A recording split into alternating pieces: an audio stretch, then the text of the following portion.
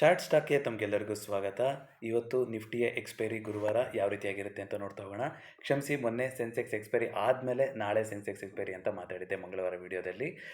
So ಇವತ್ತು ಯಾವ ರೀತಿಯಾಗಿರುತ್ತೆ ಅಂತ ನೋಡ್ತಾ ಹೋಗೋಣ. ಪಾಕಿಸ್ತಾನಲ್ಲಿ ಒಂದು ಯಾರು ಎಕ್ಸ್ಪೆಕ್ಟ್ ಮಾಡದಿರೋ ರೀತಿ ಮುಂಚಿತವಾಗಿಯೇ ಇಂಡಿಯನ್ ಆರ್ಮ್ ಫೋರ್ಸಸ್ಸಿಂದ ಅಟ್ಯಾಕ್ ಆಗಿದೆ. ಸೊ ಇದರಿಂದ ನಿನ್ನೆ ಮಾರ್ಕೆಟು ಸ್ವಲ್ಪ ಗ್ಯಾಪ್ ಡೌನ್ ಓಪನಿಂಗ್ ಆದರೂ ಕೂಡ ಆಮೇಲೆ ಅದು ಬಂದಿರೋಂಥದ್ದು ಸ್ಪೆಸಿಫಿಕ್ಕಾಗಿ ಟೆರರ್ ಗ್ರೂಪ್ ಮೇಲೆ ಅಟ್ಯಾಕ್ ಆಗಿರೋದ್ರಿಂದ ಇಲ್ಲಿ ಯಾವುದೇ ಒಂದು ಎಸ್ಕಲೇಷನ್ಗೆ ದಾರಿ ಮಾಡಿಕೊಡೋಂಥದ್ದು ಇರಲಿಲ್ಲ ಕಾರಣದಿಂದಾಗಿ ಒಂದು ಒಳ್ಳೆ ರೀತಿಯಾಗಿ ಕ್ಲೋಸ್ ಆಗಿದೆ ನಮ್ಮ ಮಾರ್ಕೆಟು. ಪಾಕಿಸ್ತಾನ ಮಾರ್ಕೆಟು ಬಿಡಿ, ಅದೆಲ್ಲ ಇನ್ನು ಮುಳುಗೋ ಕಡೆಗೆ ಇದೆ. ಸೊ ಇವಾಗ ಓವರಾಲ್ ನೋಡ್ತಾ ಬರೋದಾದರೆ ನಿನ್ನೆ ಯಾವ ರೀತಿಯಾಗಿತ್ತು, ನಿಫ್ಟಿ ಒಂದು 34 ಪಾಯಿಂಟ್ ಅಪ್ ಮೂಮೆಂಟಲ್ಲಿ ಎಂಡ್ ಆಗಿದೆ. ಬ್ಯಾಂಕ್ ನಿಫ್ಟಿ 54,500ಕ್ಕಿಂತ ಮೇಲೆ ಕ್ಲೋಸಿಂಗ್ ಆಗಿತ್ತು. ಇದು ವೆರಿ ಇಂಪಾರ್ಟೆಂಟ್ ಸೈನು. ಸೊ ಅದೇ ರೀತಿಯಾಗಿ ಇಂಡಿಯಾ ಫಿಕ್ಸು ಈಗಲೂ ಕೂಡ 19ರಲ್ಲಿದೆ. ಅದು ಇಂಪಾರ್ಟೆಂಟ್ ಆಗ್ತಾ ಹೋಗುತ್ತೆ, ಅದ್ರ ಬಗ್ಗೆ ಮಾತಾಡ್ತಾ ಹೋಗೋಣ. ಸೊ ಅದಕ್ಕಿಂತ ಮುಂಚಿತವಾಗಿ ಒಂದಿಷ್ಟು ಡೇಟಾಗಳನ್ನ ನೋಡ್ಕೊಂಡು ಬಂದ್ಬಿಡೋಣ. ನಾಳೆ ನಿನ್ನೆ ಆ್ಯಕ್ಚುಲಿ ಮಾರ್ಕೆಟ್ ಹೀಟ್ ಮ್ಯಾಪ್ ಅಂತ ನೋಡ್ತಾ ಹೋಗೋದಾದರೆ ಸುಮಾರು ಸೆಕ್ಟರ್ ಪಾಸಿಟಿವ್ ಆಗಿತ್ತು. ಎಸ್ಪೆಷಲಿ ಯಾವುದು ಆಟೋ ಸೆಕ್ಟರ್ ಡೇಟಾ ಬಂದಿತ್ತು ಅಂತ ನಿಮಗೆ ಗೊತ್ತಿತ್ತು. ಸೊ ಹಾಗಾಗಿ ಆಟೋ ಸೆಕ್ಟರ್ದು ಮೊನ್ನೆ ಮಾತಾಡಿದ್ವಿ, ರಿಸಲ್ಟ್ಸ್ ಎಲ್ಲ ಚೆನ್ನಾಗಿ ಬಂದಿದೆ. ಏಪ್ರಿಲಲ್ಲಿ ಸೇಲ್ಸ್ ಚೆನ್ನಾಗಿ ಆಗ್ತಾ ಇದೆ. ಮೇನಲ್ಲಿ ಇನ್ನೂ ಆಪ್ಟಿಮಿಸ್ಟಿಕ್ ಆಗಿದ್ದಾರೆ ಅಂತ. ಆ ಕಾರಣದಿಂದಾಗಿ ಟಾಟಾ ಮೋಟರ್ಸು 5% ಅಪ್ ಮೂವ್ಮೆಂಟ್ ಬಂದಿರೋದ್ರ ಮೂಲಕ ನಿನ್ನೆಯ ಟಾಪ್ ಗೇನರ್ ಆಗಿತ್ತು. ಅದೇ ರೀತಿಯಾಗಿ ಬಜಾಜ್ ಫೈನಾನ್ಸ್ ಕೂಡ 2% ಅಪ್ ಮೂವ್ಮೆಂಟ್ ಬಂದಿತ್ತು. ಹಾಗೆಯೇ ಟಾಪ್ ಲೂಸರ್ಸ್ ಅಂತ ನಾವು ನೋಡ್ತಾ ಬರೋದಾದರೆ ನಿನ್ನೆ ಏಷ್ಯನ್ ಪೇಂಟ್ಸ್ ತುಂಬ ಇಂಪಾರ್ಟೆಂಟ್ ಆಗ್ತಾ ಆಗುತ್ತೆ. ಯಾಕೆಂದರೆ ಇವತ್ತು ಏಷ್ಯನ್ ಪೇಂಟ್ಸಿನ ರಿಸಲ್ಟ್ ಇದೆ. ಸೊ ನೋಡೋಣ ಯಾವ ರೀತಿಯಾಗಿ ಏಷ್ಯನ್ ಪೇಂಟ್ಸು ರಿಯಾಕ್ಟ್ ಆಗುತ್ತೆ. ರಿಸಲ್ಟ್ಗೆ ಒಂದಿನ ಹಿಂದೆ ಒಂದು ನೆಗೆಟಿವಿಟಿ ಅನ್ನೋದು ಬಂದಿದೆ. ಅದೇ ರೀತಿಯಾಗಿ ಸನ್ಫಾರ್ಮಾ ITC ಕೂಡ ಟಾಪ್ ಲೂಸರ್ಗಳಾಗಿತ್ತು ನಿಫ್ಟಿ 50ನಲ್ಲಿ. ಸೊ ನಿಫ್ಟಿ ನೆಕ್ಸ್ಟ್ 50 ಕವರ್ ಮಾಡ್ತಾ ಇಲ್ಲ. ಅದೇ ರೀತಿಯಾಗಿ 52 ವೀಕ್ ಹೈಯಲ್ಲಿ ಯಾವುದಿದೆ, 52 ವೀಕ್ ಲೋವಲ್ಲಿ ಯಾವುದಿದೆ ಅಂತ ತೋರಿಸ್ತಾ ಇದೆ. ಇದು ಓವರಾಲ್ ಕಂಪ್ನಿಗಳಾಗಿರುತ್ತೆ, ನಿಫ್ಟಿ 50ಯ ಕಂಪ್ನಿಗಳಾಗಿಲ್ಲ. ಅದ್ರ ಜೊತೆಗೆ ಅಂತ ನಾವು ನೋಡ್ತಾ ಬರೋದಾದರೆ ರಿಸಲ್ಟ್ಸ್ ಅಂತ ನೋಡೋದಾದರೆ ಇವತ್ತು ನೋಡಿ Pidilite, Titan, Asian Paints, Britannia, Larsen, REC ಸುಮಾರು ದೊಡ್ಡ ಕಂಪ್ನಿಗಳಲ್ಲಿ, ಬ್ಯಾಂಕಿಂಗ್ ಕಂಪ್ನಿಗಳಲ್ಲೂ ಕೂಡ Union Bank, Canara bank, Kalyan jewellers, ಇದರಲ್ಲೆಲ್ಲದೂ ಕೂಡ ಇವತ್ತು ರಿಸಲ್ಟ್ಸ್ ಇದೆ. ತುಂಬ ದೊಡ್ಡ ಪಟ್ಟಿನ ಇದೆ ಇವತ್ತು. ಸುಮಾರು 76 ಕಂಪ್ನಿಗಳದ್ದು ಇವತ್ತು ರಿಸಲ್ಟ್ ಬರೋದಕ್ಕಿದೆ. ಅದೇ ರೀತಿಯಾಗಿ ನಿನ್ನೆ ಯಾವ್ಯಾವ ಕಂಪ್ನಿಗಳದ್ದು ರಿಸಲ್ಟ್ಸ್ ಬಂದಿತ್ತು ಅಂತ ನಾವು ನೋಡ್ತಾ ಬರೋದಾದರೆ ನಿನ್ನೆ ಕೂಡ ಸುಮಾರು ಕಂಪ್ನಿಗಳದ್ದು ರಿಸಲ್ಟ್ಸ್ ಬಂದಿತ್ತು. 7th ಮೇ ನೋಡ್ತಾ ಹೋಗೋದಾದರೆ ಕೋಲ್ ಇಂಡಿಯಾ, PNB, ಡಾಬರು, MRF ಇದ್ರದ್ದೆಲ್ಲ ರಿಸಲ್ಟ್ಸ್ ಬಂದಿತ್ತು. ಆದರೆ ನಿನ್ನೆ ಬಂದಿರೋಂಥದ್ದು ಆಲ್ಮೋಸ್ಟ್ ಎಲ್ಲ ಒಂದು ಫ್ಲ್ಯಾಟ್ ರಿಸಲ್ಟ್ಸ್ ಇದೆ. ಎಕ್ಸ್ಪೆಕ್ಟ್ ನಮ್ಮ MRF ಅಲ್ಲಿ ನೋಡಿ 29% ಪ್ರಾಫಿಟ್ ಜಾಸ್ತಿ ಆಗಿದೆ. ಹುಡ್ಕೋದಲ್ಲೂ ಕೂಡ ರೆವೆನ್ಯೂ ಜಾಸ್ತಿ ಆಗಿದೆ ಅಂತ ಬಂದಿತ್ತು. ವೋಲ್ಟಾಸು 79% ನೆಟ್ ಪ್ರಾಫಿಟ್ ಜಾಸ್ತಿ ಆಗಿದೆ ಅಂತ ಬಂದಿತ್ತು ವೋಲ್ಟಾಸಲ್ಲಿ. ಸೊ ಕೆಲವೊಂದು ಕಂಪ್ನಿಗಳಲ್ಲಿ ಒಂದು ರಿಸಲ್ಟ್ಸ್ಗಳು ಮಾರ್ಕೆಟ್ ಮುಗಿದ್ಮೇಲೆ ಅನೌನ್ಸ್ಮೆಂಟ್ ಆಗಿರ್ಬೋದು. ಹಾಗಾಗಿ ಆ ಕಂಪ್ನಿಗಳಲ್ಲೆಲ್ಲ ಕೂಡ ಇವತ್ತು ಒಂದು ಪಾಸಿಟಿವಿಟಿ ಬರುವಂಥ ಸಾಧ್ಯತೆ ಇರುತ್ತೆ. ನೀವು ಟ್ರ್ಯಾಕ್ ಮಾಡ್ತಾ ಹೋಗಿರ್ಬೋದು. ಸೊ ಇದಲ್ದಲೆ ಅಂತ ನಾವು ನೋಡ್ತಾ ಬರೋದಾದರೆ ಇವತ್ತು ಓವರಾಲು ನಿಫ್ಟಿ ಯಾವ ರೀತಿ ಇದೆ ಅಂತ ನೋಡ್ಕೊಂಬರೋಣ. ಸೊ ನಿಫ್ಟಿಗಲ್ಲಿ ಇವತ್ತು 24,414ರಲ್ಲೇ ಕ್ಲೋಸಿಂಗ್ ಆಗಿದೆ. ಅಂದರೆ ಏನು ಒಂದು ವಾರದಿಂದ ಜಾಸ್ತಿ ದಿನದಿಂದ ಒಂದು ರೇಂಜನ್ನು ಮಾಡ್ತಾ ಇದೆ ಅಂತ ಮಾತಾಡ್ತಾ ಇದ್ವಿ. ಮಾರ್ಕೆಟು ಆ ರೇಂಜನ್ನ ಬಿಟ್ಕೊಟ್ಟು ಹೋಗಿಲ್ಲ. ಸೊ ಮಾರ್ಕೆಟಲ್ಲಿ ಏನಾಗ್ತಾ ಹೋಗ್ಬೋದು, ಇದು ಒಂದು ಪಾಸಿಟಿವಿಟಿಗೆ ಕೂಡ ಒಂದು ದಾರಿ ಮಾಡಿಕೊಡ್ತಾ ಹೋಗ್ಬೋದು. ಕಾರಣ ಇಷ್ಟೇ, ಸೊ ಒಂದು ದೊಡ್ಡ ಬಸ್ ಸ್ಟ್ಯಾಂಡ್ ಆಗಬೇಕು ಅಂತ ಮಾತಾಡ್ತೀವಿ. ಒಂದು 2 ವಾರ ನಿಲ್ಲಬೇಕು ಮಾರ್ಕೆಟ್. ಏಕೆಂದರೆ 2 ವಾರದಲ್ಲಿ ಒಂದು 2,000 ಪಾಯಿಂಟ್ಗಳಷ್ಟು ಮೂಮೆಂಟ್ ಆಗಿದೆ. ಹಾಗಾಗಿ ಒಂದು 2 ವಾರ ನಿಲ್ಲಬೇಕು ಅಂತ ಮಾತಾಡಿದ್ದೆ. ನಿಮಿಷ ಯಾಕೋ ತುಂಬ ಸ್ಲೋ ಇದೆ. ಬಟ್ 24,200 ಅನ್ನೋ ಝೋನ್ಗೆ ಬಂದಾಗೆಲ್ಲನೂ ಕೂಡ ಅಲ್ಲಿಂದ ಒಂದು ಪಾಸಿಟಿವ್ ಆಗಿ ಮೇಲ್ಗಡೆ ಬರ್ತಾ ಇರೋಂಥದ್ದನ್ನು ನೋಡ್ತಾ ಇದ್ದೀರಾ. ಸೊ 24,200 ಯಾವ್ಯಾವಾಗ ಬರುತ್ತೋ ಮಾರ್ಕೆಟು ಅಷ್ಟು ಟೈಮು ಅದು ರಿಕವರ್ ಆಗಿದೆ. ಸೊ ಈ ಕಾರಣದಿಂದಾಗಿ ಮಾರ್ಕೆಟಿಂದ ಮೇಲ್ಗಡೆ ಹೋದ್ರೂ ಕೂಡ ಆಶ್ಚರ್ಯ ಇಲ್ಲ.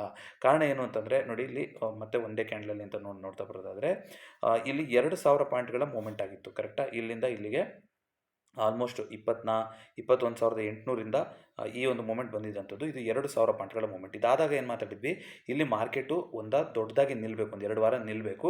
ಇಲ್ಲ ಒಂದು ಶಾರ್ಪ್ ಕರೆಕ್ಷನ್ ಆಗಿ 23,000 ಝೋನ್ನ ಟೆಸ್ಟ್ ಮಾಡಿಕೊಂಡು ಮೇಲ್ಗಡೆ ಹೋಗಬೇಕು. ಎರಡೇ ಸಾಧ್ಯತೆ ಇರೋದು, ಮೇಲ್ಗಡೆ ಹೋಗಬೇಕು ಅಂತಂದರೆ ಏಕ್ದಮ್ ಮೇಲ್ಗಡೆ ಹೋಗೋಕ್ಕಾಗೋದಿಲ್ಲ ಅಂತ ಮಾತಾಡಿದ್ವಿ. ಅದೇ ರೀತಿ ಆಗಿರೋ ಥರದ್ದು ಕಾಣಿಸ್ತಾ ಇದೆ. ಇವಾಗ ನೀವು ನೋಡ್ತಾ ಬರೋದಾದರೆ ಇಲ್ಲಿ 24,000 ಈ ಝೋನ್ ಏನಿದೆ ಇದನ್ನು ಬಿಟ್ಕೊಟ್ಟಿಲ್ಲ. ಇನ್ನು 15 ಮಿನಿಟ್ಸಲ್ಲಿ ಅಂತ ನೋಡ್ತಾ ಬರೋದಾದರೆ ಎಸ್ಪೆಷಲಿ ಲಾಸ್ಟ್ ಒಂದು ಎರಡು ವಾರದಿಂದ ಅಂತ ನಾವು ನೋಡ್ತಾ ಬರೋದಾದರೆ ಒಂದೇ ಝೋನಲ್ಲಿ ನಿಂತಿದೆ ಮಾರ್ಕೆಟು. ನಿನ್ನೆ ಕೂಡ 24,200 ಝೋನಲ್ಲಿ ನೋಡಿ ಇಲ್ಲಿ ಓಪನ್ ಆಗುತ್ತೆ. 24,200 ಝೋನಲ್ಲಿ ಓಪನ್ ಆದ ನಂತರ ಅಲ್ಲಿಂದ ವಾಪಸ್ಸು ಸಪೋರ್ಟ್ ತೊಗೊಂಡು ಮೇಲ್ಗಡೆ ಹೋಗ್ತಾ ಇದೆ. ಸೊ ಈ ಒಂದು ದೊಡ್ಡ ಬಸ್ ಸ್ಟ್ಯಾಂಡ್ ಏನು ಮಾಡಿದೆ, ಇದು 2 ವಾರದಿಂದ ಇಲ್ಲೇ ನಿಂತಿರೋದ್ರಿಂದ ಇಲ್ಲಿಂದ ಒಂದು ಅಪ್ ಮೂವ್ಮೆಂಟ್ ಬಂದ್ರೂ ಕೂಡ ಆಶ್ಚರ್ಯ ಇಲ್ಲ. ಸೊ ಇವತ್ತು ಎಲ್ಲಿ ಓಪನ್ ಆಗುತ್ತೆ ಅಂತ ನೋಡಬೇಕು. 24,500 ಕಂಟಿನ್ಯೂಸ್ ಆಗಿ ರೆಸಿಸ್ಟೆನ್ಸ್ ಆಗ್ತಿರೋಂಥ ಝೋನು, 24,200 ಸಪೋರ್ಟ್ ಆಗ್ತಿರೋಂಥ ಝೋನು.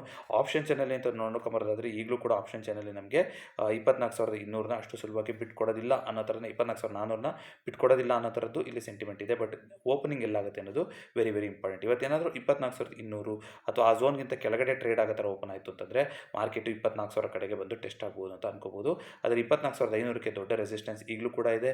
24,400ರಲ್ಲೂ ಕೂಡ ರೆಸಿಸ್ಟೆನ್ಸ್ ಇದೆ. ಬಟ್ 24,300, 200, 24,000 ಇಲ್ಲೆಲ್ಲ ಸಪೋರ್ಟ್ ಇದೆ. ಸೊ 24,000ದಿಂದ 24,500 ಈ ಝೋನ್ನ ಇವತ್ತು ಮಾರ್ಕೆಟ್ ಬಿಟ್ಟು ಮೇಲ್ಗಡೆ ಹೋಗುತ್ತಾ ಇಲ್ವಾ ಅನ್ನೋದು ನೋಡಬೇಕು. 24,200 ಅಥವಾ ಅದಕ್ಕಿಂತ ಕೆಳಗಡೆ ಓಪನಿಂಗ್ ಆದರೆ 24,000 ಕಡೆ ಮಾರ್ಕೆಟ್ ಟಾರ್ಗೆಟ್ ಆಗ್ಬೋದು. ಆಗ 24,500 ಸೆಲ್ ಮಾಡೋದ್ರ ಬಗ್ಗೆ ಯೋಚನೆ ಮಾಡ್ತಾ ಹೋಗ್ಬೋದು ಇನ್ ಕೇಸ್ ಇದಕ್ಕಿಂತ ಕೆಳಗಡೆ ಓಪನಿಂಗ್ ಆಯಿತು ಅಂತಂದರೆ. ಬಟ್ ಇದೇ ಝೋನಲ್ಲಿ ಓಪನ್ ಆಯಿತು ಅಂತಂದರೆ ಅಂದರೆ ಈಗ ನಿನ್ನೆಯಿಂದ ಏನು ಒಂದು ಬಸ್ ಸ್ಟ್ಯಾಂಡ್ ಮಾಡ್ತಾ ಇದೆ ಈ ಝೋನ್ ಇದೆಯಲ್ಲ, ಈ ಝೋನ್ ಒಳಗಡೆ ಓಪನ್ ಆಯಿತು ಅಂತಂದರೆ ಒಂದು ಹುಷಾರಾಗಿರ್ತಾ ಹೋಗಬೇಕು. ಈ ಆಪ್ಷನ್ ಚೈನ್ ಯಾವ ರೀತಿ ಚೇಂಜ್ ಆಗುತ್ತೆ ಅಂತ ನೋಡಬೇಕು. 24,500 ಮೇಲ್ಗಡೆ ಹೋಗಿ ಕ್ಲೋಸ್ ಆಗುವಂಥ ಸಾಧ್ಯತೆ ಇರುತ್ತೆ. ಬಿಕಾಸ್ 2 ಎಕ್ಸ್ಪೈರಿಯಿಂದ ಒಂದೇ ರೇಂಜಲ್ಲಿ ನಿಂತಿದ್ದೀವಿ. ಈಗ ಒಂದು ಪಾಸಿಟಿವಿಟಿ ಮೂವ್ಮೆಂಟ್ ಕೂಡ ಬರ್ತಾ ಹೋಗ್ಬೋದು. ಬಟ್ ಅಷ್ಟೊಂದು ಪಾಸಿಟಿವಿಟಿ ಹೋಗುತ್ತೆ ಅಂತ ಇಂಡಿಯಾ ವಿಕ್ಸ್ ಹೇಳ್ತಾ ಇಲ್ಲ. ಆ ಕಾರಣದಿಂದಾಗಿ 24,500ರಿಂದ 24,000 ಈ ಝೋನ್ನೇ ನೀವು ಟಾರ್ಗೆಟ್ ಮಾಡುವಂಥದ್ದು ಸೂಕ್ತ ಆಗುತ್ತೆ ಇವತ್ತಿನ ನಿಫ್ಟಿ ಎಕ್ಸ್ಪೈರಿಗೆ ಅಂತ ನೋಡ್ತಾ ಹೋಗೋದಾದರೆ. ಅದೇ ರೀತಿಯಾಗಿ ಬ್ಯಾಂಕ್ ನಿಫ್ಟಿ ಅಫ್ಕೋರ್ಸ್ ಒಂದು ಸ್ಟ್ರಾಂಗ್ ಆಗಿದ್ದಂಥ ಇಂಡೆಕ್ಸ್ ಆಗಿತ್ತು. ಆದರೆ ಬ್ಯಾಂಕ್ ನಿಫ್ಟಿನಲ್ಲಿ ಒಂದು ಕರೆಕ್ಷನ್ ಶುರುವಾಗಿತ್ತು. ಸೊ ಕರೆಕ್ಷನ್ ಶುರು ಆದಮೇಲೆ ಒಂದು ಚಾನಲ್ ರೀತಿ ಮಾಡ್ತಾ ಬಂದಿತ್ತು. ಈಗ ನೀವು ನೋಡ್ತಾ ಬರೋದಾದರೆ ಈಗಲೂ ಕೂಡ ಒನ್ ಡೇ ಕ್ಯಾಂಡಲಲ್ಲಿ ಅಂತ ನಾವು ನೋಡ್ತಾ ಬರೋದಾದರೆ ಒಂದು ಡೌನ್ವರ್ಡ್ ಚಾನಲಲ್ಲೇ ಮಾಡ್ತಾ ಬಂದಿದೆ. ಆದರೆ ನಿನ್ನೆ ಒಳ್ಳೆ ರೀತಿಯಾದಂಥ ಒಂದು ಸಪೋರ್ಟ್ನ ತೊಗೊಳೋ ಥರ ಕಾಣಿಸ್ತಾ ಇದೆ. ಇದು ಮೊನ್ನೆ ಕೂಡ ಮಾತಾಡಿದ್ವಿ. ಈ ಒಂದು ಡೌನ್ವರ್ಡ್ ಚಾನಲಲ್ಲಿ ಹೋಗ್ತಾ ಇದೆ. 53,000 ತನಕ ಯಾವುದೇ ರೀತಿಯಂಥ ಅಡೆತಡೆ ಇಲ್ಲ. ಈ ಒಂದು ಇದೇನಂತ ಹೇಳ್ತಾರೆ, ಇದನ್ನ ಒಂದು ಬುಲ್ಲಿಶ್ ಫ್ಲಾಗ್ ಅಂತ ನಾವು ಓದಬೇಕಾಗುತ್ತೆ. ಒಂದು ದೊಡ್ಡ ಒಂದು ಪ್ಯಾಟರ್ನ್ ಮಾಡಿ ಈ ರೀತಿಯಾಗಿ ಒಂದು ಡೌನ್ವರ್ಡ್ ಚಾನಲ್ ಮಾಡ್ತಾ ಇದೆ ಅಂದರೆ ಅದನ್ನ ಫ್ಲಾಗ್ ಆ್ಯಂಡ್ ಪೋಲ್ ಅಥವಾ ಬುಲ್ಲಿಶ್ ಫ್ಲಾಗ್ ಅಂತಲೇ ಓದ್ತಾ ಹೋಗಬೇಕಾಗುತ್ತೆ. ಹಾಗಾಗಿ ಮಾರ್ಕೆಟ್ ಈಗಲೂ ಕೂಡ ಪಾಸಿಟಿವ್ ಇದೆ. 53,000 ತನಕ ಯಾವ ರೀತಿ ಟೆಸ್ಟ್ ಮಾಡುತ್ತೆ ಅಂತ ನೋಡ್ತಾ ಹೋಗೋಣ. ಬಟ್ ಇವತ್ತು ಒಂದು ರಿಕವರಿ ಬಂದಿರೋದ್ರಿಂದ ಒಂದು ಇಂಟರ್ನಲ್ ಕ್ಯಾಂಡಲ್ ಆಗಿ ಉಳಿತಾ ಹೋಗ್ಬೋದು. 54,000ದಿಂದ 55,000ರಲ್ಲಿ ಯಾವುದು ಬ್ಯಾಂಕ್ ನಿಫ್ಟಿ.